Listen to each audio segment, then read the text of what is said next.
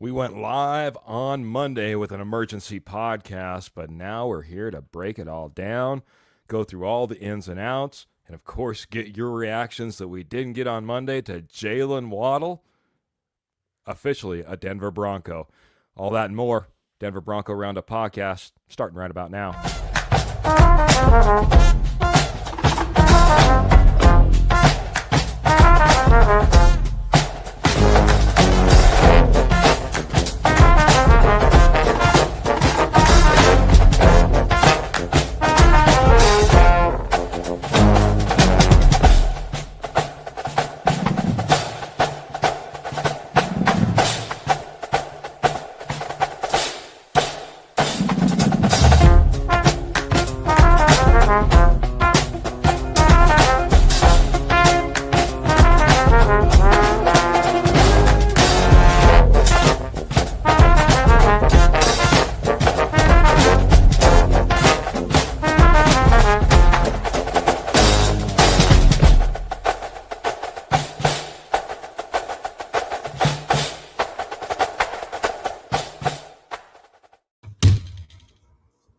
Welcome in, everybody, to the Denver Bronco Roundup podcast, man. And it was a fiery one backstage. It's been pretty fired up Broncos country since the announcement on Monday.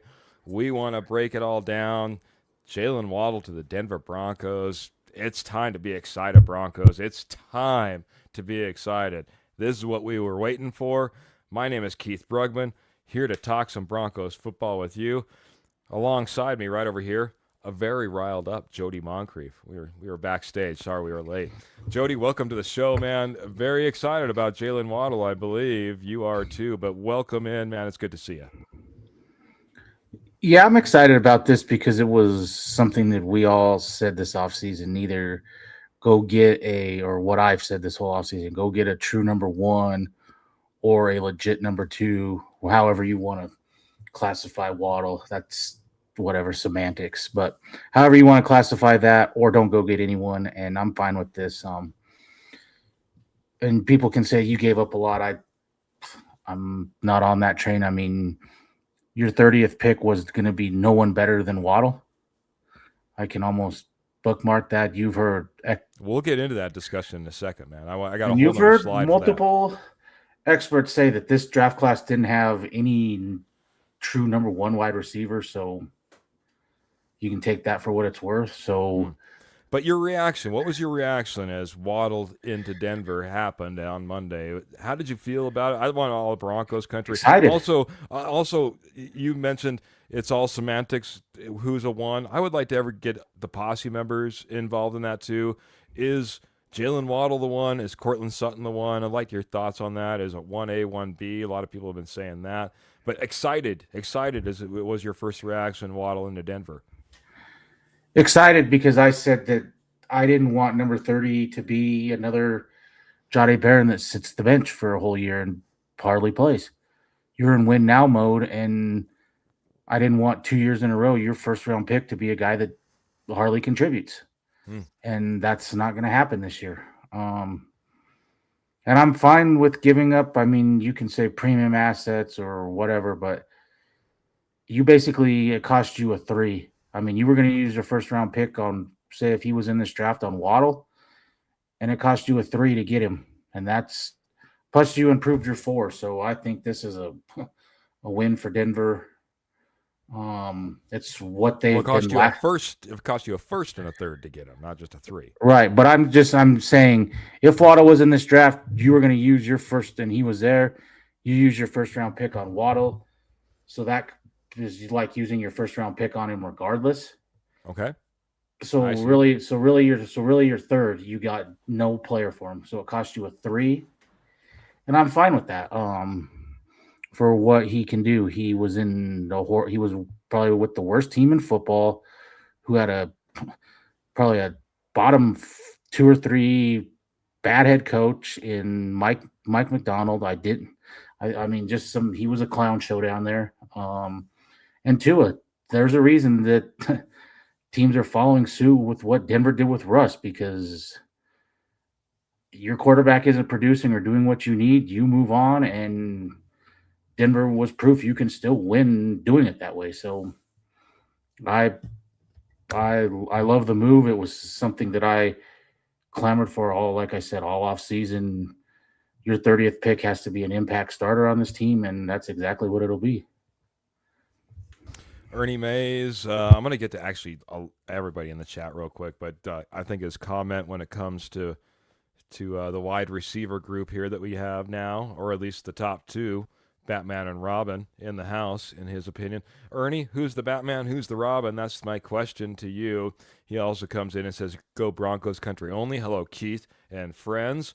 Waddle is here. Roy Osborne coming in over on Facebook saying, "Hey, Horseman and the posse." We got Vic coming in and saying, "Yo, good to see you, Vic." And he's just letting us know he's doing the Waddle right now. Got the Waddle going on, man? Got the Waddle? I like it, buddy. I've liked Jaylen Waddle for quite some time. Like I said, Roy Osborne, I flashed this one. He says, "I like the trade. Lucky it wasn't more picks," in his opinion. I'll be honest, one of the more expensive trades for a wide receiver we've seen in recent time. Dom's coming in here, though, giving us multiple mile-high salutes over there on the YouTube channel. Appreciate it, man. YouTube is growing for us, and if you can give us a little like and a share over there, man, we sure appreciate it. We're trying to get all the way up to 500. We're well on our way, and then even more fun begins at that point. You talked about it, man, though. The way I looked at it, too, Jaylen Waddle was pick number 6 in the draft when he was taken, right? And I was even thinking about this draft. If he was entered into this draft, where would he probably be taken? And he'd probably be a top 10 pick. If you're trying to get to a top 10 pick in this year, you're giving up more than your first and your third and trading up in the fourth to get up there. It just, the math doesn't work at all. So I'm 100%. I'm 100% on board with you, man. I was the guy on here saying, F them picks, forget about them picks, and go out there and get a guy. And, honestly, I thought it was going to be like a George Pickens. Everyone was talking the A.J. Brown. I didn't know if Jaylen Waddle was going to actually be in the equation. But I liked him from college, and I certainly like him right now. I'm pounding the table. This is a fantastic move, and it does what we need the Denver Broncos to do. We are in a win mode now. Like, while we have Bo Nix cheaply, we can have all our parts and pieces on this roster and go get a chip, baby. And Jaylen Waddle, one of the missing pieces we need. I think this is a fantastic move. Yeah, I love it. I will say Pickens was my number one guy. When he got tagged, I kind of was off of that. I didn't feel really like giving up 2 ones for that. I didn't want to do that. As much as I bashed the drops and different things, I still was. You made it to the AFC title game with this receiving core, and I mean, you put up 30 plus points against Buffalo with this wide receiving core with Troy Franklin down the whole game. So I was not on board giving up that kind of assets to get him. And Brown, I was more Brown, but the more you dive into it and some different things, the locker room things, you don't have any of this with Waddle. You have none of that. You don't have him sitting on the sidelines reading the book and the complaining. And, the fact that he did enough to alter that offense enough to take carries away from a 2K running back and cause that kind of, drama there and different things we didn't need that here. And I didn't want Peyton, because how Peyton is. You get on his bad side, goodbye, and you've given up massive assets for that. I didn't want that again. This guy isn't going to be a problem. My only downside, and whatever you want to say, I got trolled, I got duped, whatever, when he put out he beat the whatever out of Pat Surtain and whatever. Beat the tar. We'll say beat the tar. There you go. And I knew this, but I guess I didn't put 2 and 2 together. They played at Alabama together. They're good friends. they trolled the internet and got a lot of people to fall for it. But I mean, they're tight, and this is going to be no problem. So yeah, everything about this I love. So Vic coming in, he's 100% on board with us. Worth it. Waddle will be impact will be immense, and like he says, he fits the culture also. Something that you just got done talking about. I was on record when it came to AJ Brown or George Pickens. If that was the piece that we got, I was fine with it because I felt that we would do our due diligence and make sure that that was not going to blow up in our face. I think some of the things that have blown up in our face in the past, you really can't account to Sean Payton. Let's just put it that way. So I thought if we got to that point, I was going to sign off on it.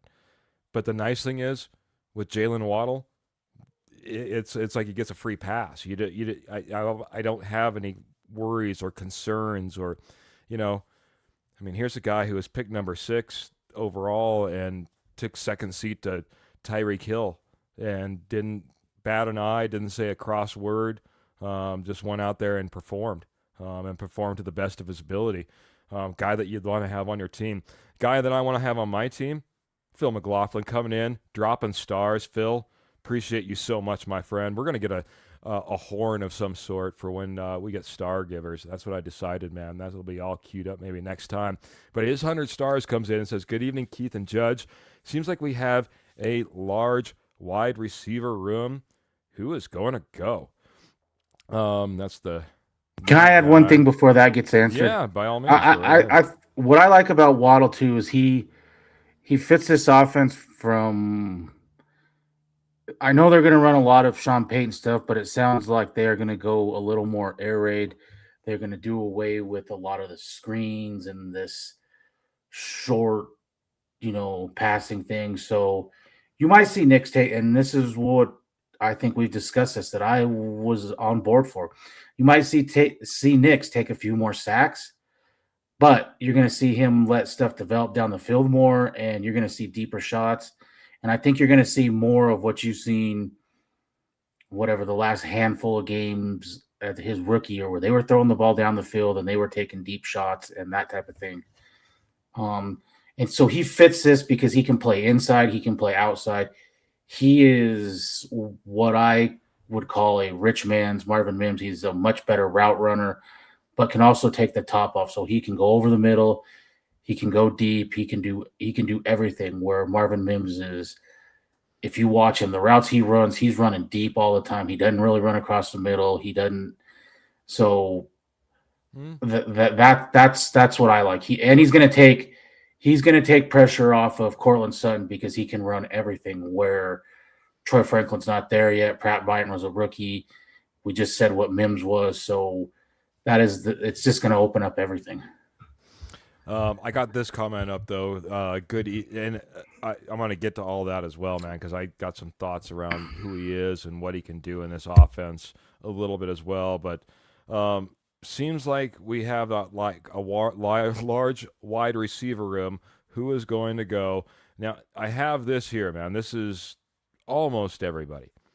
Keep in mind, little Jordan Humphrey is also part of this group, and Michael Bandy as well. We have 2 to 3 wide receivers typically in the Sean Payton offense on the field at any given time. You talked a lot about this as we went through the steps of this offseason, so I'm going to put you a little bit on the spot here about I don't want someone to come in and restrict the growth of some of the guys that we have on this roster when it comes to wide receiver. We need to make sure that we're developing the Troy Franklins, the Marvin Mims, the Pat Bryants especially in this scenario. Well, we brought in Jaylen Waddle. How does this shuffle out? Is somebody going to be gone, as Phil McLaughlin's kind of alluding to? He says, who is going to go? There it is. I'll lay it all out. I want your thoughts, my friend. And I said that I didn't want to stunt the growth of those guys with likewise guys that if you switched jerseys, you didn't know who was out there. Now, if you're going to stunt the growth of Troy Franklin because you brought in a true one or a true two, then I'm all for that. So, Okay. which is what they did. I no one. There's no you don't need to let anyone go. Mims is on a everyone's on a rookie deal except for Sutton. I need to see this play out 1 year with Sutton and see what he does. I think, like we talked, I think down the line, maybe even this year, you want to see Troy Franklin, you want to see Pat Bryant, you want to see Mims, whoever it is, take that leap and outproduce Sutton where you can move off of his money. Mm-hmm. But until that happens, I'm not moving off of that. Okay. Everyone keeps saying Mims because of what I just said. The poor man, he's the poor man's Waddle and whatever. But remember, he's an all-pro punt returner, and he's one of the best there. And that you don't have on this roster to replace. And I'm not replacing that with RJ Harvey because you're trying to develop, if the way it is currently right now, you're trying to develop him into running back one and get him massive reps. So I'm not putting him back at, returning kicks. Yep.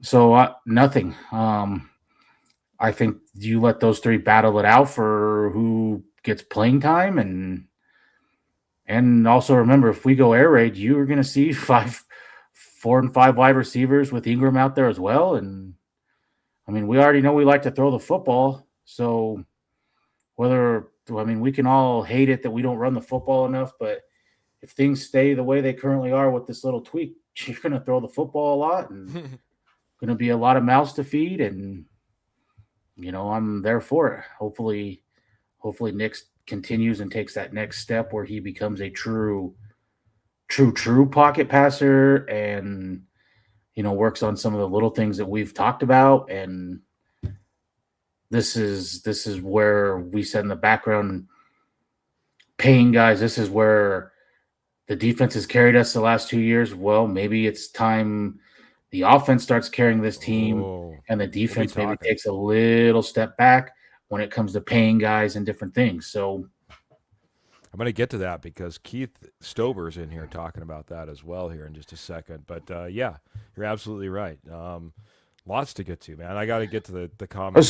So what, real quick. So to answer that question, little Jordan Humphreys, who's not on this roster or on this page. I mean, if we're moving off somebody, Bandy. I mean, he can stay on the practice squad where he's been. You can put little Jordan Humphreys down there. If someone wants him, you let him go last year for the same wide receivers that are on this roster. You let him go. So, yeah, I'm more than fine with he can be the odd man out. I don't need him to be the leading wide receiver getting the least amount of touches, snaps wise. Little Jordan? Yeah, I think 2 years ago he had the second most snaps on offense and had the least amount of targets. I threw Michael Bandy out there too because he's also the other wide receiver that's not on this page. So you're officially 7 deep on wide receiver in that room. These are just the big 5 that that are really fighting for snaps. When it comes down to it. Now, I put Jaylen Waddle, Courtland Sutton at the top for a reason. I think those are your givens. Those are the guys that are out there every single play. But then you start looking at these guys and their skill sets and the question that we had about who's gone.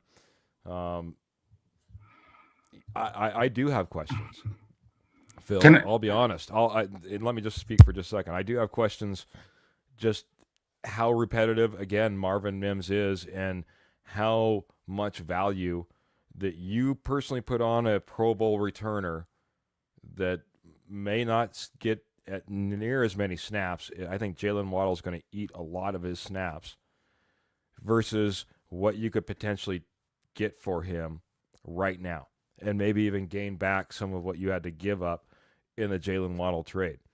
You can find another returner. Returners are available, and he may not be Pro Bowl. And heck, even Jaylen Waddle returned, even in Miami returned, but he returned at Alabama as well. So that's an opportunity that's already on the roster as an option. But for me, Marvin Mims as a potential moving chess piece for the Denver Broncos, still maybe in the draft or for a draft pick, I wouldn't rule it out. I would not rule that out. I think all the other pieces, I think you want to keep Troy Franklin for a couple of different reasons. Great match for Bo Nix. I think you want to keep Pat Bryant because I think that's a potential replacement for Cortland Sutton in the future. But Marvin Mims seems like he's if there's a guy that needs to be moved or could be moved or has the potential to be moved or has value to be moved.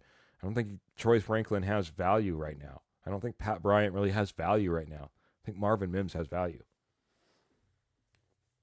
And I will say, at some point, I think the ultimate goal is age wise and different things. You eventually, man, money. You want to move on for Sutton, but I'm not worried about that right now. That's next year. That's 2 years, whatever. Because you got 2 more years of Knicks. Because even if he gets a contract next year, it's not going to kick in until for 2 years.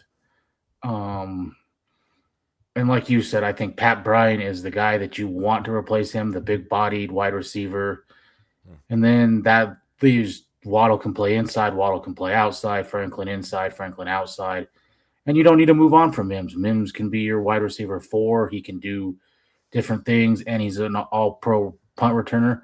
So I'm not moving off of these guys just to say I got a 6 to move on from Mims. That doesn't make any sense to me, in my opinion, because you got to replace – is your 6 going to be as good or better than what you're getting rid of or whatever pick you get?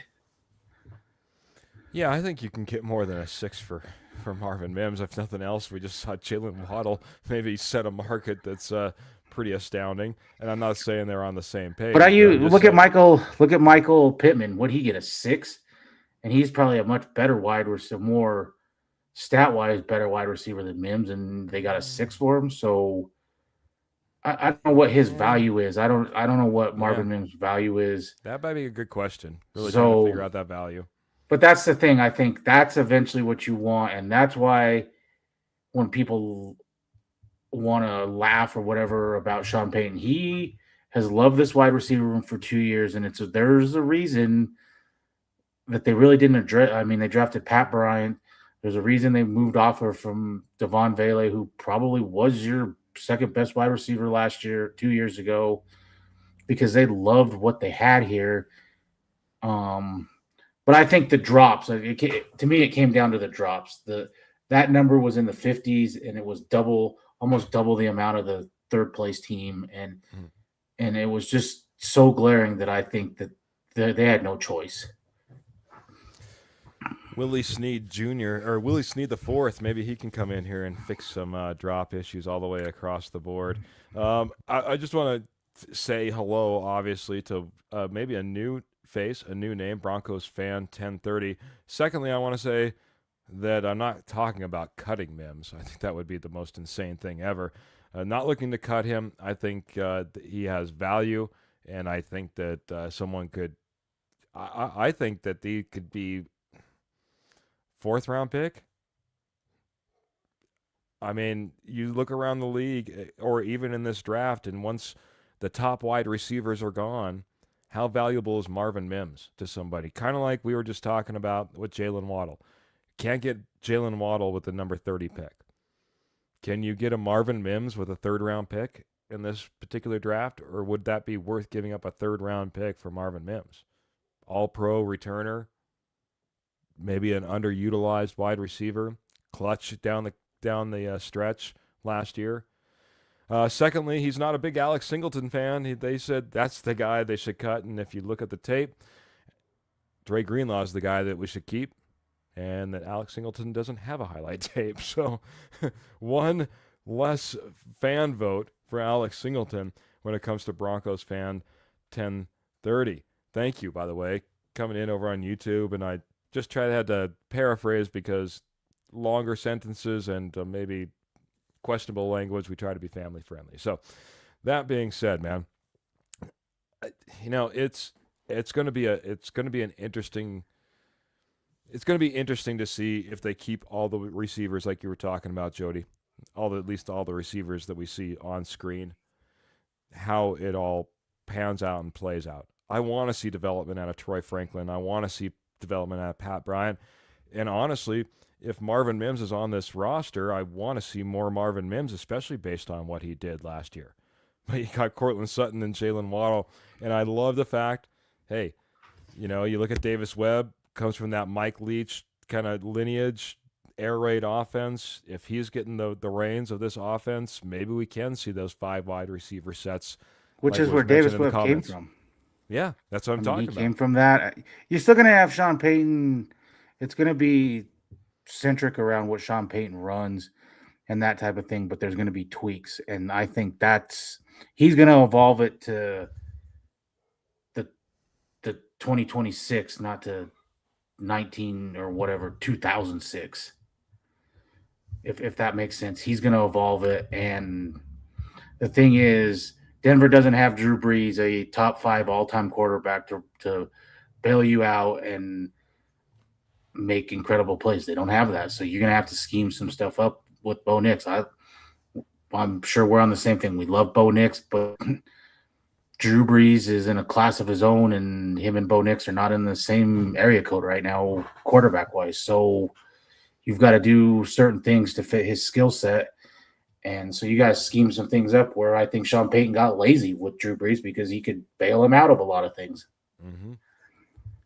I agree. Broncos fan 1030 is not letting it go. If it wasn't for Marvin Mims, we wouldn't even made it to the AFC Championship game. Why do we always want to cut players who make plays for us and keep us but keep the sorry unproductive players? I 100% agree. My biggest question was when I started bringing this whole idea to the forefront is where does Jaylen Waddle fit, and who does he most mimic on this roster? If you have one bruiser type of back and one back that's got a whole bunch of twitch in him, and you bring in a third, he's probably going to mimic one of those two guys. When it comes to wide receivers, Jaylen Waddle and Marvin Mims, and you guys will see it. It's going to be fantastic. They play a very similar game. I think he's actually even better over the middle, and what he's able to stab out of the air from bad passes from his quarterback in Miami was amazing. Guy's got vertical for days.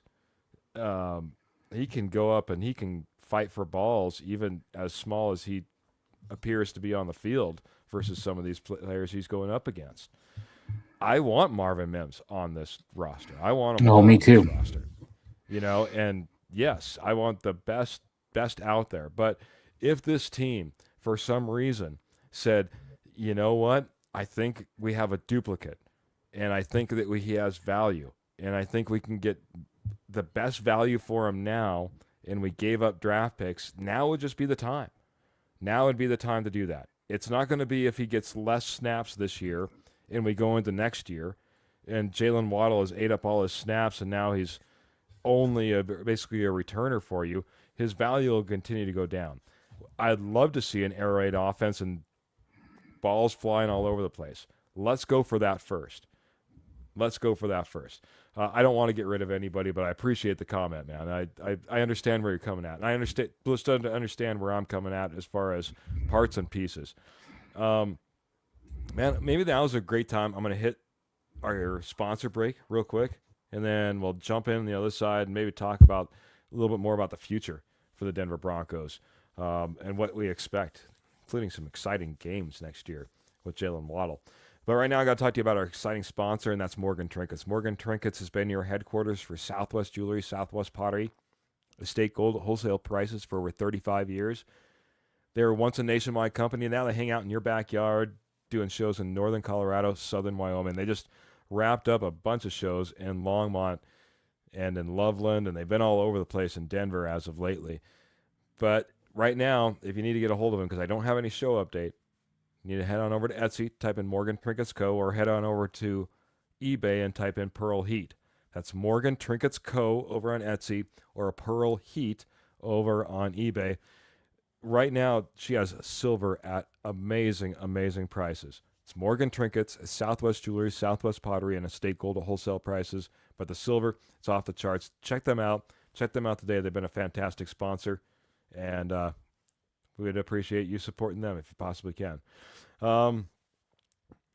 Rodney Garcia coming in says, Mims brings so much more to the team as a 5'7" contributor. Is that what he? Yeah, I think so. Yeah, coming in on those jet sweeps. Mims got value. I just think we haven't seen the best out of Franklin yet. So he's maybe a little bit more, wanting to see a little bit more of Franklin in this upcoming year.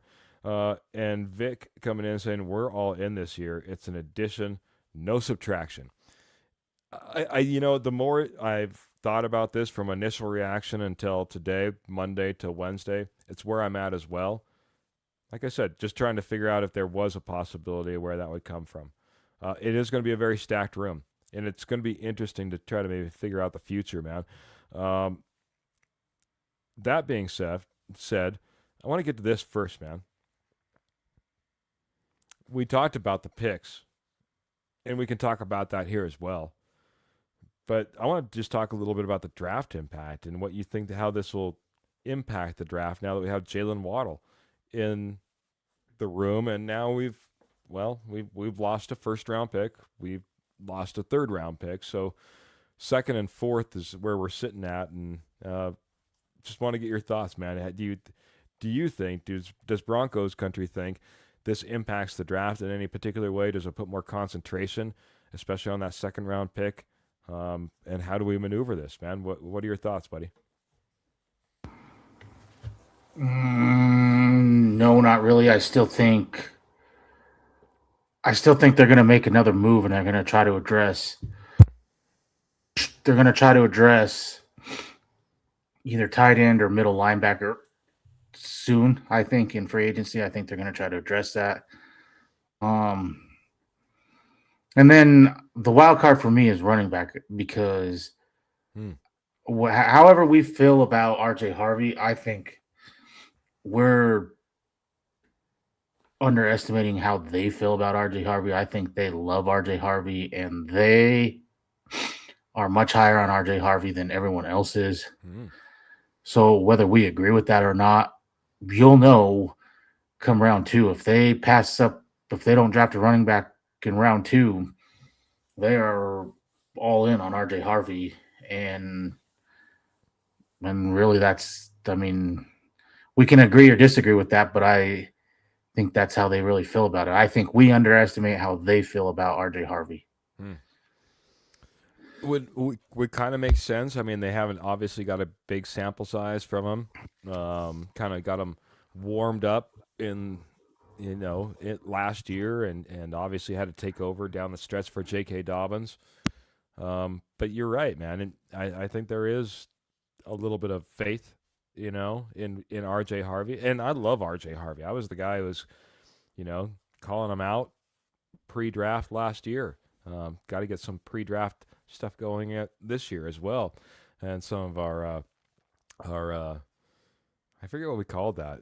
Our under the radar picks, you know what I mean, or under the radar players that we should be watching out for in the draft. And RJ Harvey was mine, so I love the kid, man. And I hope that they really put some faith in him, and I hope he develops. I think that next step is going to be interesting for RJ Harvey. It always is for second-year players, but I think RJ Harvey, if he can take a little bit of a leap, then watch out. This team could be super, super dangerous. From a draft standpoint, I'll get to that in just a second. By the way, I got to say hello to Pearl Heater, because there is Pearl Heater. I just got done talking about our amazing sponsor. I was talking about Southwest Jewelry and Pottery and Estate Gold and that amazing silver she has going on. I was telling them all about Etsy and eBay. But Pearl, I didn't get an update, so if you're in the comments and you have a update when it comes to any shows coming up, by all means, drop it in there. We'll talk about that as well. I think it puts a lot of pressure, on what we're going to be doing in this draft. And you said maybe not so much. Maybe there's some more moves coming around the corner. I can think there's been a little bit of steam around David Njoku as of lately, as a potential fit when it comes to tight end. And that could maybe fill a hole. I don't know I haven't heard any, any rumors around a linebacker as of yet out there. I don't know if you have, Jody, but that being said, that could be the how we address or what we address with that second round pick as well. There's got to be some depth added though on this team, Well, and it's and going to be tougher linebacker in is this draft. and linebacker is the one spot for me depth wise because I'm sure they're higher than we are, but I can't feel good going in with Alex Singleton as my or not Drew Sanders is my number 3 linebacker who hadn't played in 2+ years. Hmm. You got Levon Bailey who is a practice squad guy. So I don't feel good about that.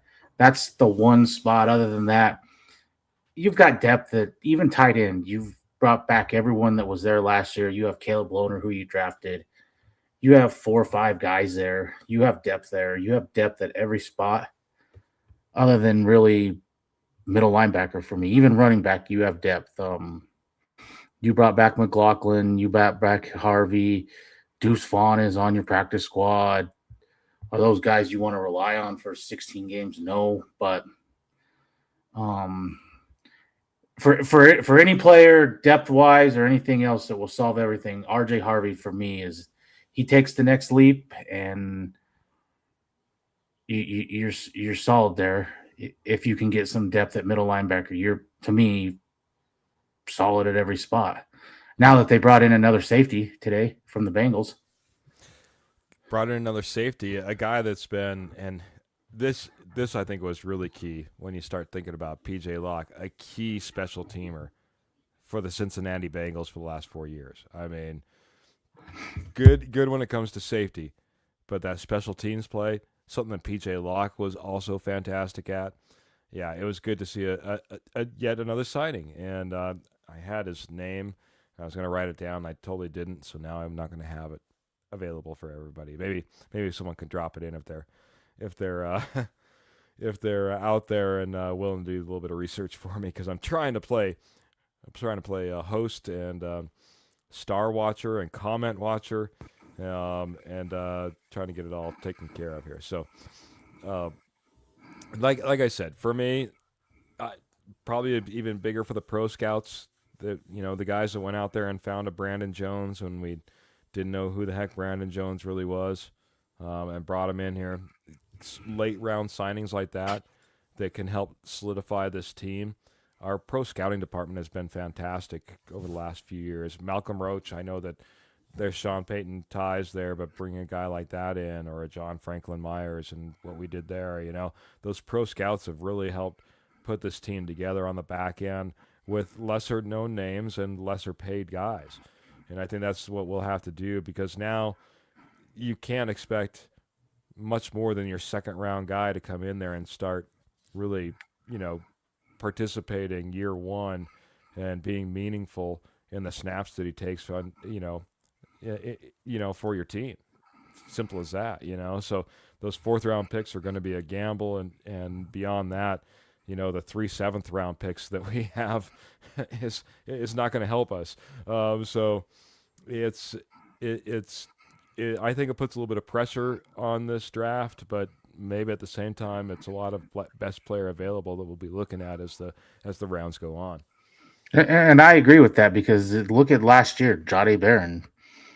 I mean, what did we pick last year? 17, whatever it was. Yeah. And the guy seen about 20% of the snaps on defense. So, do I think that changes this year? I'm still on the fence. I want to know. I think draft day you might see something with Riley Moss traded to acquire picks to move in with Jahdae Barron, because what you're going to have to do, and you've brought this up, but you're going to have he's another guy that's about to get paid. You're going to have to get guys on some rookie contracts that you feel confident in, because if Nix goes out there and he balls out this year, he may be in line for 50, 60. Do I want him to get that? I mean, personally, sure, but Broncos wise, that no. But he's going to be in line for that. So you've got to get some of these guys. You've got to find out what Jahdae Barron is. You've got to find out what some of these guys are before you just let a Riley Moss walk and you can't afford to pay him and he's gone. You can't. JFM was a little bit different. You traded for him, that type of thing. But some of these guys, you might have to move on a year early if you've got some guys that you've drafted high to replace them. And that's one spot you're going to have to start.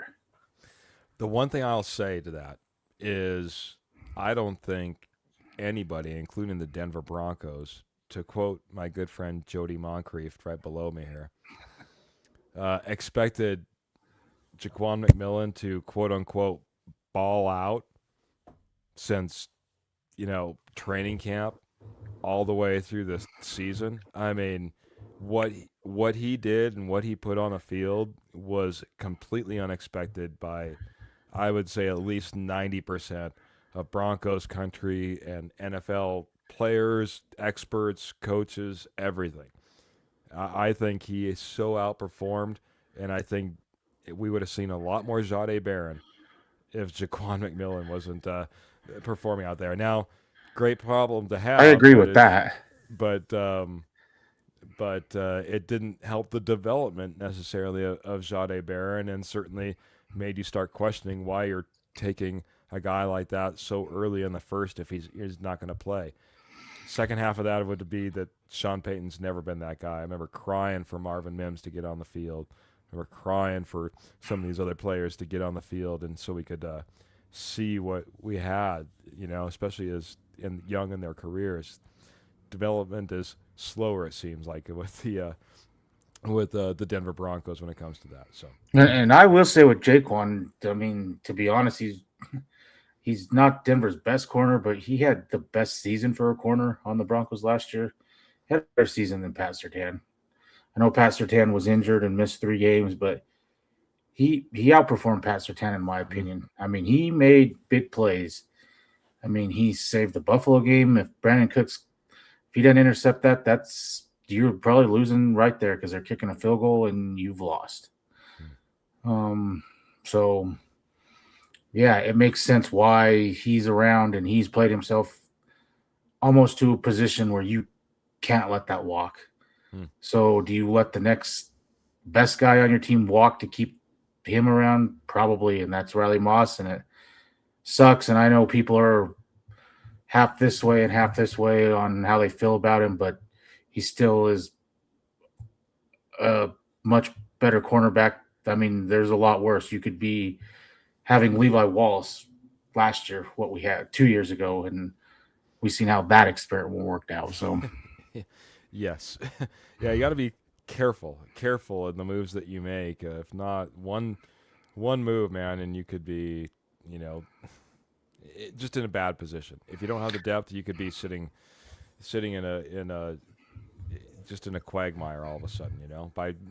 That's the one thing I would be worried about. You trade a guy like Riley Moss, it shuffles everyone around. Jahdae Barron is now pressed into that position where he's having to gobble up a lot more snaps. And what if Jahdae Barron isn't that guy? Now you've really put yourself, and it's always that question mark of development, money due, all these different things. You're talking about it, man. Riley Moss is going to be on the hook in the very near future for lots and lots of dough. I mean, it just is what it is. I mean, there's not very many out there that can do what he does, play opposite one of the best corners. The only problem that he has is not that he gets beat on coverage, not that he can't be step for step with the majority of the guys out there in the league. It's the fact that he just needs to keep his hands to himself a little bit better, very coachable, and I think he did a fantastic job at coaching himself. So, yeah, Pearl. and that's where this. Hello, goodbye. I want to watch the Avs game. It's crazy. Pearl, I hope you have a great time. She loves Waddle, and I guess no show. If you have a show coming up, let us know. And that's where at some point Denver's got to get balanced and I say that with look at 2013, or 13. You're scoring 37, 38 points a game and winning massive shootouts, and that wasn't sustainable. And so you took a back seat on the offense to get the defense better, and look what it did for you. So at some point, I think that's what you're going to have to see. This defense is elite.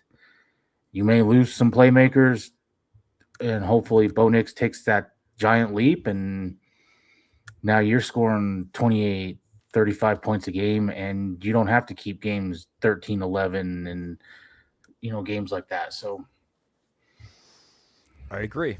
The slide I put up on the screen right now for anybody just listening says long-term impact. It shows Jaylen Waddle up there on the screen as well.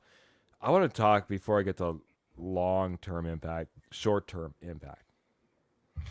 Short-term impact, I don't know of anybody that should be favored more to win the Super Bowl than the Denver Broncos. I can make a case for them being the number one, hands down. They have an elite defense in what they've done on offense. They were this close, and they almost won the AFC Championship, especially when you look at the score with a backup quarterback without their number one running back. It's if the weather doesn't turn crappy in that game and you're reliant 100% on just running the football, where you were down to bad running backs or running backs that weren't producing, and they had above average running backs, you would have won that football game with Jarrett Stidham, in my opinion. Yeah. Regardless if you kick the field goal or not. I don't even care about that. You probably still win. So short term, man, Broncos did exactly what I wanted, man. Pounded the table for it. Pounded the table. F them picks. Forget about them picks. Go out there and get a playmaker. Make this run. But long term, I think it's going to have complications. And Broncos fan, 1030, believe me, there's nothing more I would like to do, Jody would like to do. I think even the Denver Broncos, George Payton, Sean Payton, Walter Penner group, even George Payton even talked about it. We want to try to get all these guys back if we possibly can. We don't know if it'll be possible. Now, they went out there and they did it. They went out there and he even mentioned Singleton and Sternad specifically. Can I add something to that real quick? Just really quick. I'll wrap up and you got it, man. But they went out and they got all those pieces back together, and now having all those pieces back together is great. And now we've added even better pieces together. But at some point, you're paying all these pieces. PS2 wants to get paid. Riley Moss will have to get paid. Bo Nix will have to get paid. We might have a whole new contract for Jaylen Waddle. He's still going to want to get paid. Cortland Sutton's getting paid. It's tough to keep all the pieces and parts together. So long term, this is going to have impacts. And we try to navigate those as best we possibly can. But for the short term, it's all here. It's all affordable. It's all underneath the books. And you got to run in front of you, especially in 2026.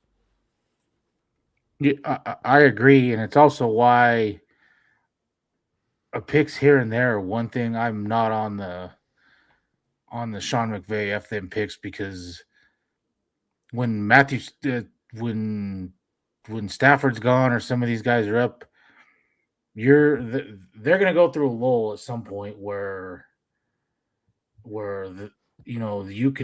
Matt Stafford can bail you out of a lot of things, and at some point you've got to pay the check for all that. And you like you just said, you've got to have a good mix. And when you have a quarterback on the massive deal, you've got to have a lot of players and good players on rookie deals to continue to compete. So, and proof of that is really Denver last year. Even this year, last year is a perfect example, because you were paying Russ all that money, and even this year paying him all this money, and you had to have a lot of guys, you know, produce that were rookie guys. Both your edge rushers. I mean, you paid some big guys, but both your edge rushers, all your wide receivers, but Sutton.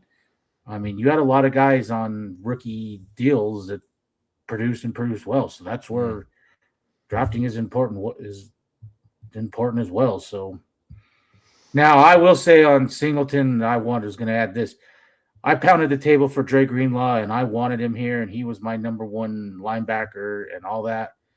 But I think he is 100% proof of why the grass isn't always greener on the other side. You cannot like Singleton, you can hate him, you can whatever, but there are much worse players or much worse options out there, or guys that can't stay healthy than Singleton.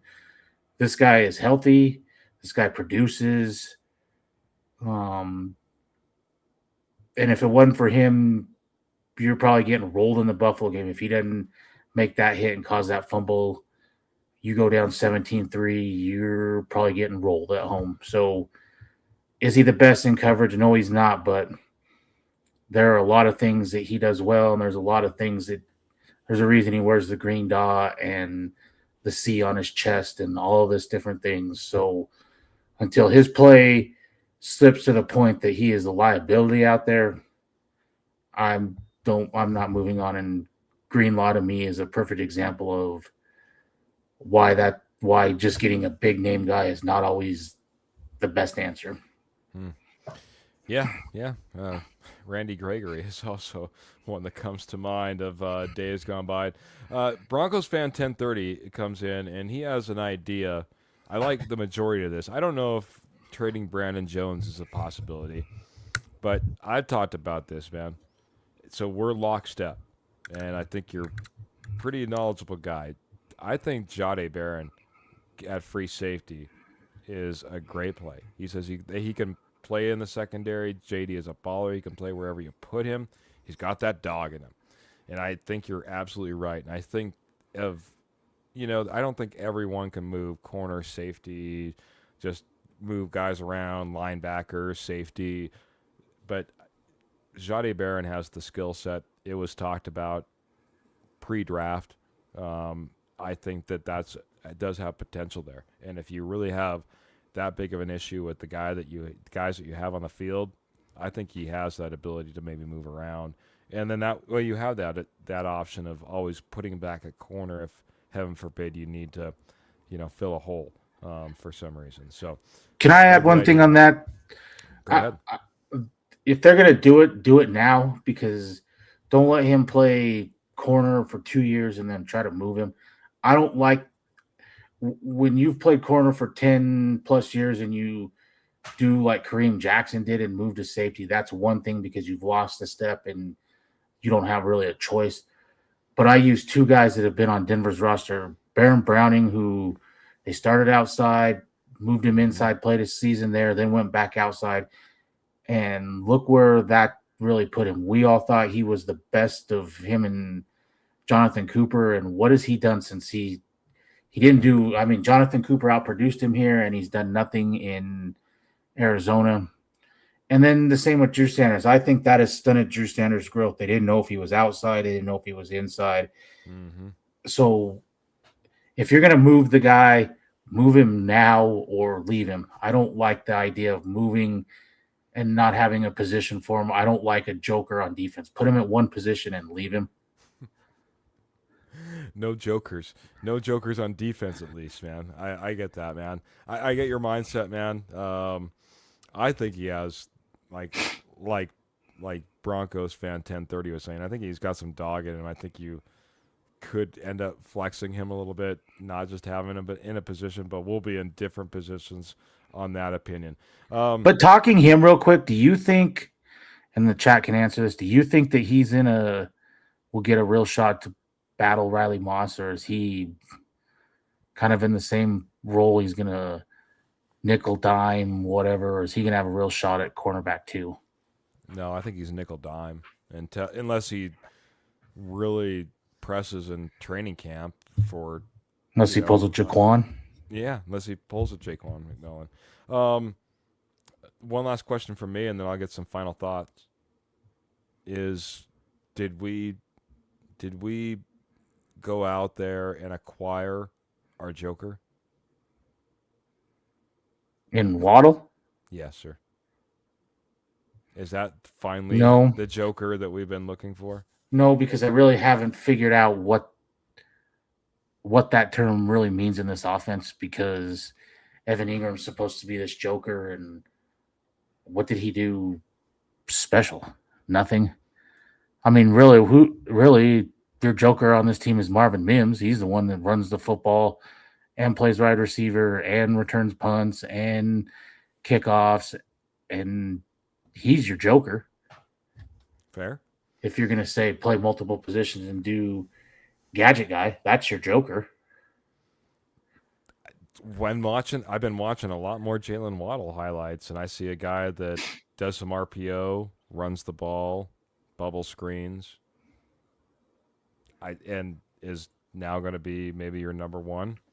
But it's going to be 1B. interesting to me, what if Denver really goes to this air raid? Do they do some of these gimmick stuff that they were doing with Marvin Mims, or is that taken out of the playbook where it's throw the ball, and if we're gonna run the football to run the football, we're not gonna screens to run the football, if that makes sense.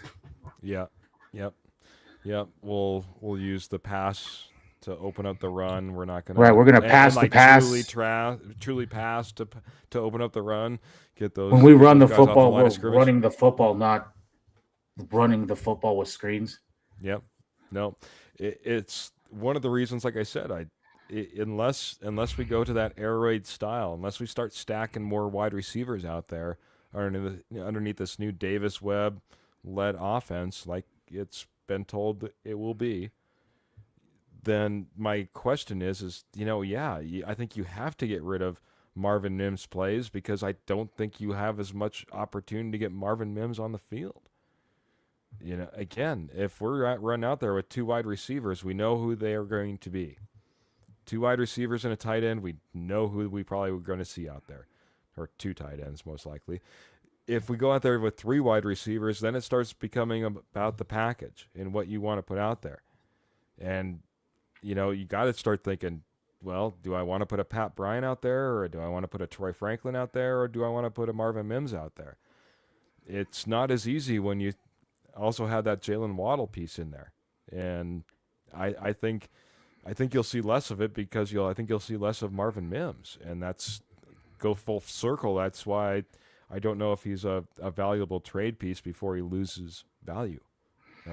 I think if you see it, it's going to be exactly like Devon Vele, where you kind of showcase him, and then some team just wants him and is going to overpay to get him. Yep. Then at that point, then I think you have to make a decision. Are you how important is Marvin Mims at returning punts? And if you're truly 100% all in, are you willing to bypass mid-round draft picks, or maybe a third or something, because you might need a Percy Harvin return in the Super Bowl, or a Devin Hester or something? And if that's all he does for you in this, if you make it that far, then it was well worth it to keep him. I agree. I mean, are we all in at this point? Do you buy that? We're 100%. Yeah. There's yes. I mean, people were saying, "Oh, just win a playoff game last year. That's the next evolution." Where Sean Payton this is one of the 6 best teams he's ever coached, and all that. I mean, so yeah, I think we're as all in as can be now. I 100% agree, man. I think this was the move, and I think it was the right move. Like I said, it was why I've been pounding the table at F the picks. Broncos fan 1030, reach out, man. Let's talk to you some more. He says, as far as me, I know what I'm talking about. Coached in the NFL, Spring League, and did an internship with the Seattle Seahawks. My buddy's been a DC in the NFL for over 13 years. Well, then I guess I need to go back and look at a little bit more Singleton tape, according to you, because that's the one thing that he kept pounding the table on. Broncos 1030. By the way, good to see you here. Love to get your insight. Love to get your expertise in the comments, along with everybody else, man. We're right near an hour, and we're right at an hour. I mean, like within seconds. So I guess it means it's about time to wrap it up, man. We could go on talking, man, but we'll be back, man. I'll talk about that in here just a second. First, I want to get some final thoughts from Jody, man. For free agency starting out slow because we didn't get a big name guy. Just remember what Peyton said last year. This is one of the, whatever he said, top 6 best teams he's coached that he felt could win a Super Bowl. And I think that's why they're running it back. I think they felt it was more scheme and execution on their part, getting plays in late and things that they hindered this offense with. I never thought I'd see Sean Payton give up play calling, and he did. Whether that was willing or not, I mean, he didn't in his press conference. If it was not willing, he hit it pretty well. He didn't seem butthurt or anything about it. I mean, he was up there saying, got to do what's best for this team. And so I think, what they've said, they've really stood by, and that they love this roster and love where it's at. And like I said earlier, I just think the drops was just to a point.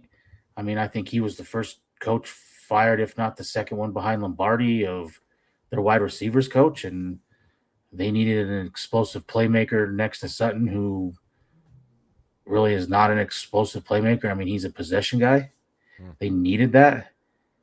So I'm excited. I'm excited with the moves they made internally, and then this splash with Waddle. I mean, he fits perfect in this offense, and if they truly do go to this air raid, I'm all for it, and I'm excited, and can knock August get here soon enough so that we can get football going again. Because I'm this team, for as excited as I was last year, I'm more excited because I think another year of Nick's, the new play caller, some tweaks that they're going to make, I think this offense is going to be surprisingly better. And what people were saying was you got lucky in a lot of games. They're not going to say that this year. Maybe some big score games, some big play games. Phil McLaughlin coming in saying, great show tonight, guys. The safety's name is Tyson Anderson, guy that we acquired from the Bengals. He came in, early. We asked for that. He comes in late, gives us the answer, and gives us 50 stars on Facebook. So thank you very much, Phil, and thanks for your support of the show tonight, man. Yeah, clap it up. Like I said, I want to get a Denver Bronco Roundup horn that I can sound off whenever we get the stars, man. We really appreciate it, man. If you like this Broncos coverage, we do it every Wednesday and every Saturday with the Denver Bronco Roundup podcast. Check us out, 8 p.m. Mountain Standard Time. We have a fantastic all NFL show called The Juice. It comes on at Tuesday at 8 p.m. Mountain Standard Time if you are a different fan or just like to talk about all the NFL. And then the Pick Is In mock draft show every Sunday night, 8 p.m. during this offseason up until the draft. You need to check them out. We had all 4 of the Rocky Mountain Sports Network hosts on there last week. It was a fun time. Me and Jody and Trevor and Kenny went round for round, man. Thanks to our amazing sponsor, Morgan Trinkets. Check them out for all your Southwest jewelry, Southwest pottery, and estate gold at wholesale prices. And for me, final thoughts, Jody, man, what I was wanting, what I was waiting for, big move. Denver Broncos are all in. Like you said, I think it's going to be an absolutely exciting year. Not to be overlooked, though, man. Draft is going to be around the corner. I know that we don't have as many picks, but Broncos country, we're going to be preparing. We're going to be getting ready for every single pick from first pick to, well, Mr. Irrelevant. we'll be checking them all out and have you up to speed all along the way. Can't wait for all the episodes and for you to check us out on everything that we got going. But we do got to get out of here tonight, man, the way we always do.